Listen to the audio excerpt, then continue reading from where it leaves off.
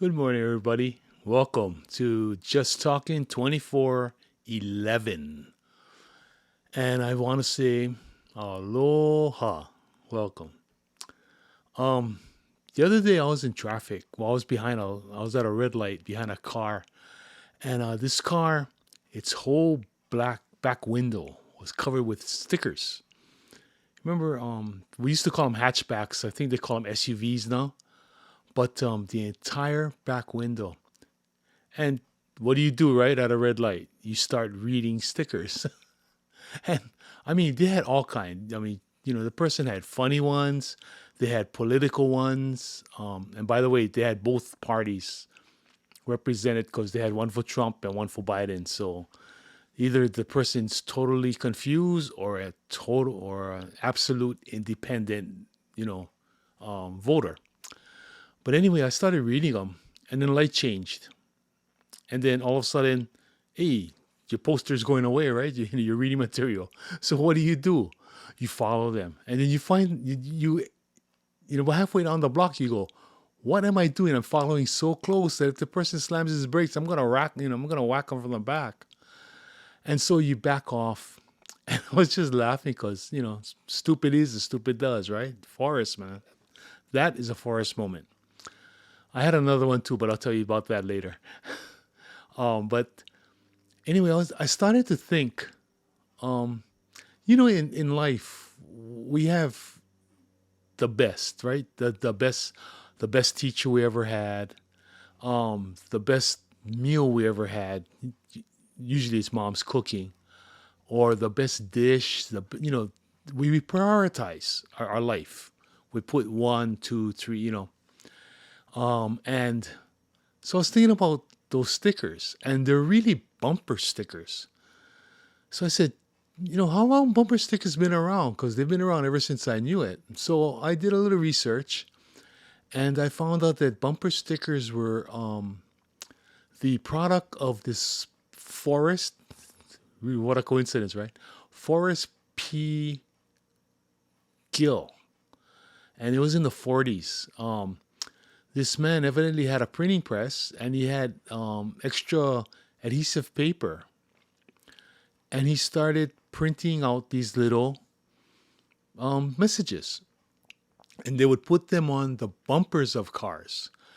And it was a market for political parties.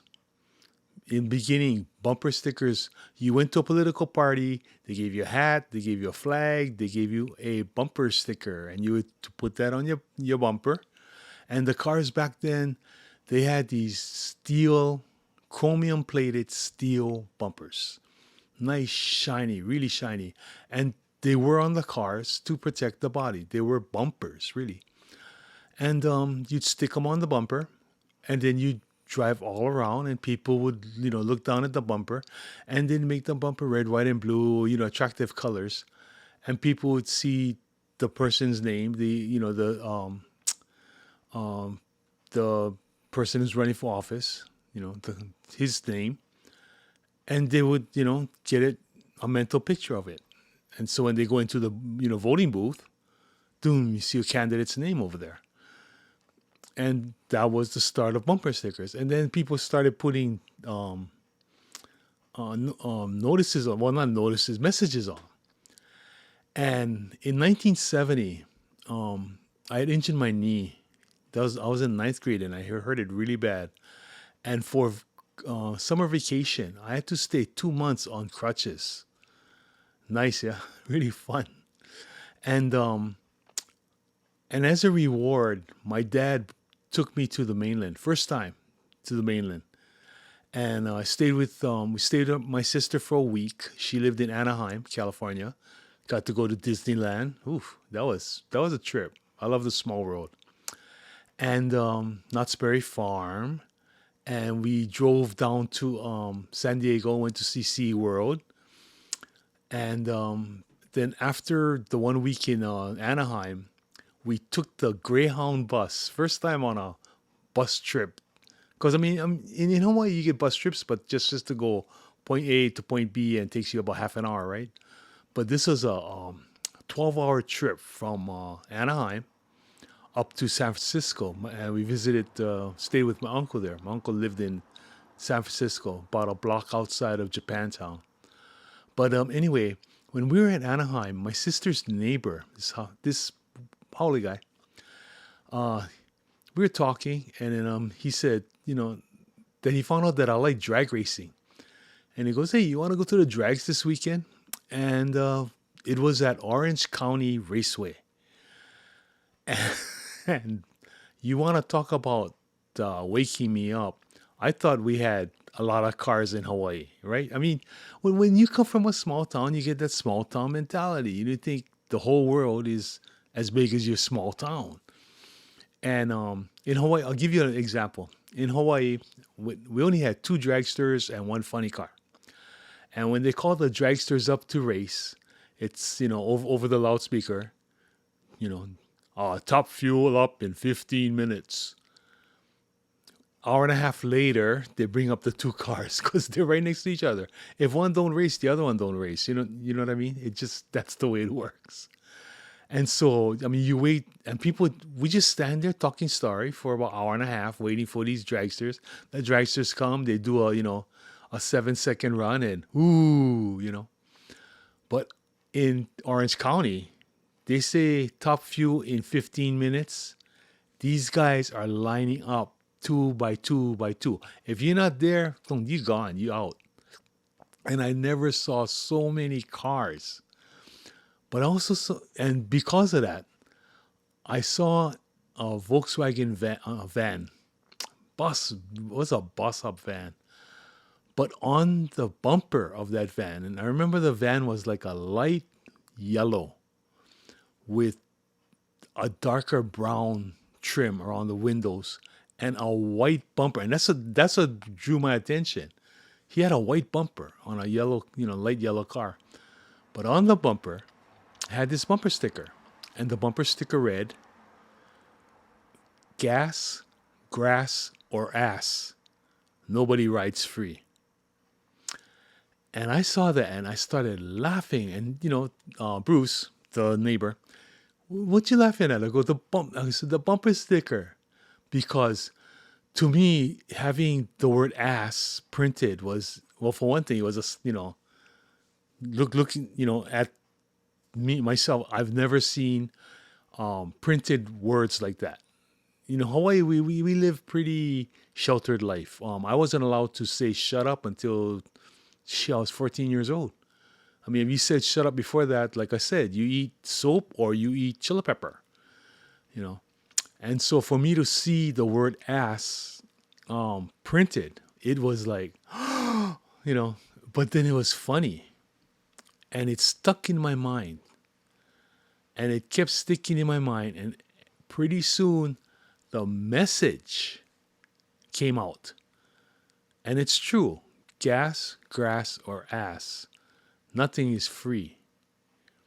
And you look around, and that's true. Nothing is free. And this is supposed to be the land of the free, right? Home of the brave. But what really is freedom? And freedom, yeah, you have the free choice. You have the assortment, your assortment, your selection, and you have the freedom to choose. But this choice and this freedom doesn't come free. But what price do we pay for it? It's not gas, grass, or ass. It's responsibility. And that's what we don't have anymore. We don't have responsibility. From the top down, we finally got someone in office that's taking responsibility. Isn't that a breath of fresh air? And everybody else is going against you. Well, not everybody, but the liberals are against him. But the silent majority, and that's what I call us, us. Catch? Yeah, with the silent majority, I love what he's doing. And I'm talking about Donald Trump and Elon Musk. I love what they're doing. Finally, they're exposing. Okay, they're exposing all the dirt. What I want to know is, okay, you've exposed it. What are we going to do about it? That hasn't been addressed yet. They're just bringing out, hey, look what we found, look what we found, look what we found. What are they going to do? Locally, they found out that we have a mental facility, and the contractor, why we used a Colorado-based contractor, I don't know. Okay, right. But he did such a terrible job of renovation. These renovations were done in 2021. 4 years ago, less than 4 years ago. And already they've got $40 million of traceable defects. That's traceable. This guy, I mean, they said they were pouring grout down the drainage pipes, and so they're all plugged up. So, the head of the Department of Health, who runs the mental health department, she was saying, well, we fixed one thing, then we got to fix another thing, then we got to. But why are we paying for it? And they said, oh, they're going to talk to the company. Come on, common sense tells you, which is something that's missing. That person did a crappy job. That person pays for the job. But no, they're going to go into negotiations. Okay, you try going to negotiations when you own the IRS money. You try and go into negotiations when when you have to pay a fine for your traffic ticket. There is no negotiation. So why are we negotiating with this? And why wasn't it done locally? What's with this Colorado company? You see what I mean? It comes out, but that's all it's going to go. That's all it's going to go. And like I said, I applaud President Trump and Elon Musk for exposing this stuff. But what happens now? Without responsibility, without consequences, just pointing out the deficit and what the wrongdoing is not even halfway there. There has to be consequences, and you've got to show the consequences.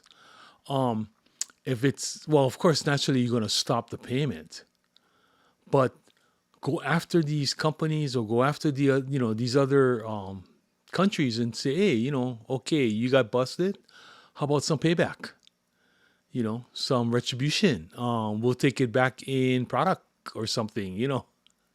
But I mean, there's always that's negotiations. That's compromise. They've been getting it free all this time. Okay, now that stops. And then what have we been getting for it? Especially nonprofits. Like I said, $15 million for condoms in Colombia. But their birth rates are still going through the roof. So I guess condoms must be defective or something. Or people just having a lot of water balloon fights. But yeah, there's no responsibility. And that'll say a lot. I'm looking at that, I'm looking forward to that right now. I was taught, and I blame my parents and my family. It's all their fault, that you do something, you're responsible for it. You take responsibility and you take the consequences. You suck it up. Maybe that might be the sucker's way out, but that's the way I was taught. That's, I guess, old school. Even the kids today, I watch, I watch the YouTubes, right? And they get busted, and like shoplifters or even for traffic violations.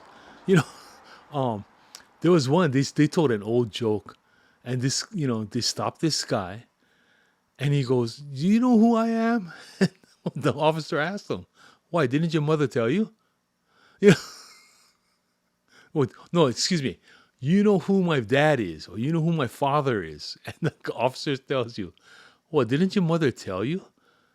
That's an old joke. We used to use it back in the 70s, because they would stop and they would try to impress you by it. My dad's a cop. That was my favorite one. My dad's a cop, and everybody else was speeding. Everybody else was going 60 in a 35. And our retort to that was, well, you're the one we caught. If you can identify the rest of them, fine. Give us their identification and we'll mail them citations. But if you can't, you're the one we caught.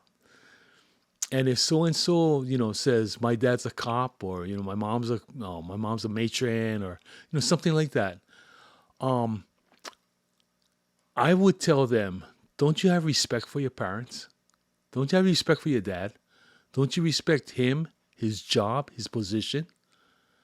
His job is not so that you can break the law. His job sets you a standard. Okay, you can blame him, but blame him for being a good driver. Blame him for having to follow the laws. That's his job. That's what he chose to do. And you, as his son, should respect that and even try harder to follow the laws. Don't use it as an excuse not to. Use it as an excuse why you strictly adhere to it. Make them feel like that. But that's how I felt. Did I break the law? Of course. I still do. I still travel 28 to 30 miles an hour in a 25 mile an hour zone in our neighborhood. Although by the letter of the law, well, actually, our laws are really weird because if you read the Hawaii HRS Hawaii statutes, it says that exceeding the posted speed limit is speeding, but going underneath the posted speed limit is impeding traffic legally. So in other words, that number that's on the board, that's not the speed limit. That's just the speed of the road. It's really, I don't know. I get the impression that people don't know how to read. They just didn't, grow up understanding English, because certain parts of our freeway, you have the speed limit 50, and above there is another sign that says minimum 40.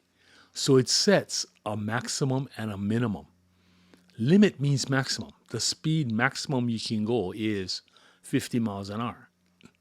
But what's the minimum? This one, it actually sets a limit of 40. So you have a speed range. All residential, all city and county roads in Hawaii don't have that. But they got the word limit. That means that's the max you can go. Limit. But then, in order to have a max, don't you need a minimum? It's just the speed of the road. But I've tried to talk to people that are engineers in our Department of Transportation, and just went on, it just goes on deaf ears.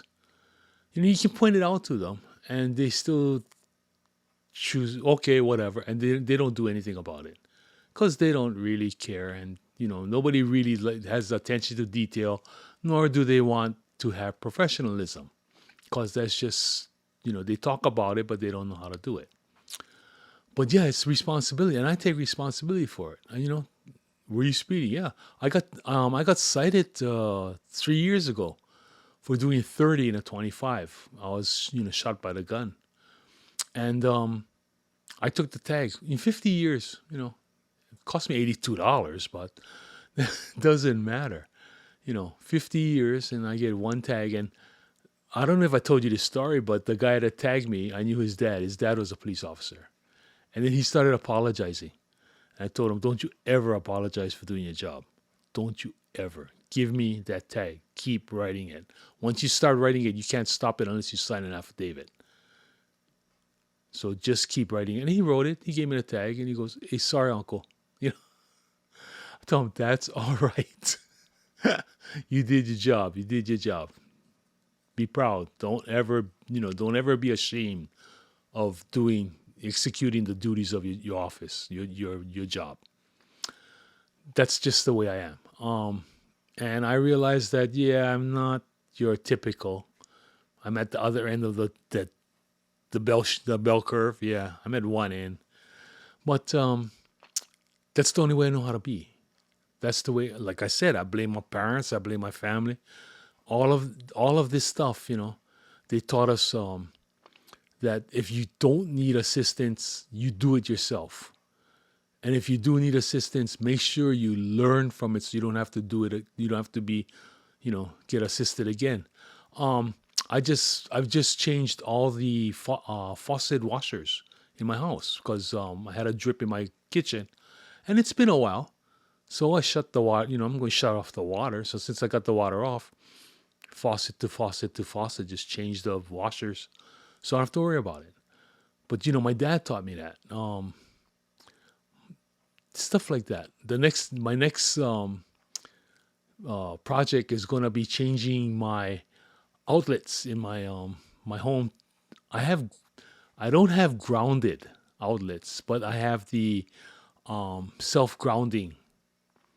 If you understand electrical, they're called GFCs, I think. Anyway, I've been reading up about them, and I'm going to change certain. All you have to do is just change one on each circuit, and that's what I'm going to do. Change the first one in each circuit, and it's supposed to protect that whole circuit. If you get a short or something, it'll just knock everything off instead of having a short and having a fire. My house is old. My house was built in 1950. So, yeah, she's getting there. Makes 75 years this year. Yeah. But responsibility. It's back to responsibility. And we don't have it. And the thing is, everybody, I mean, not everybody. Yeah, I hate talking in absolutes, but it seems like everybody's just shuns it. They don't want to accept. They want to jump in the river. That's part of a responsibility. You got to climb out of that river. You know, that's how it goes. Um, I like the idea. Like I said, I like the idea of what Elon Musk is doing, and I like the way he's using AI and his team. His team, this, according to President Trump, quite a few of them have tested over 160 IQ or 140 IQ or something. I mean, they're this sharp. I have never taken IQ tests. I'm afraid to. I think I'd go below Forrest's 75, man. you know, this is what we need, and this is where you are. And it's only numbers. That's all it is. Like you can go to Yale, right? Yale, you got 300 people in your class. You get the number one, and you get number 300. And I would take number one from Northwestern Law over number 300 from Yale Law anytime. It's just numbers, numbers, numbers.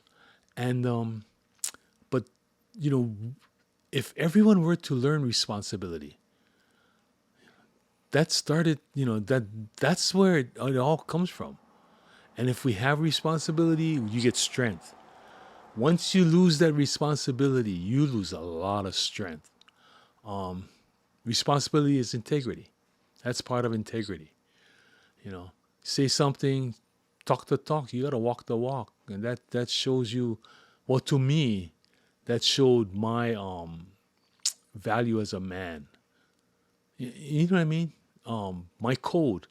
When I shake your hand and I give you my word, that's my bond. That's me. I don't give my word that often, but when I tell you something, I will try and do it. And if I can't, I'll get back to you and I'll tell you I can't and why. Um, like I said again, blame my parents, blame my family. That's the way they taught us to be. And I'm still like that today. Like I said, I'm coming out once a week. I come out once a week. And we're just talking about all kinds of stuff. And I wish you guys would start giving me ideas, cause I'm not. Well, I don't want to get into stuff that's really super technical because, well, not technical, but it's very oh, it's thought provoking, but it's very delicate. Um, and but I'm gonna go into it just to show you how this warp mind works. You know what I mean? Um, you're gonna see what a 75 IQ can really do. Not to put down other people with 75 IQs. We can all do better. And like I said, it's just a number. I know people that they can't take tests well. It's just normal. I'm one of those. I'm one of the few that I'm kind of lucky. I can take tests. You know, it doesn't. I don't get. I don't get panicked as long as I can know where to put my name, and I'm. You know, I can write it out. I'm okay.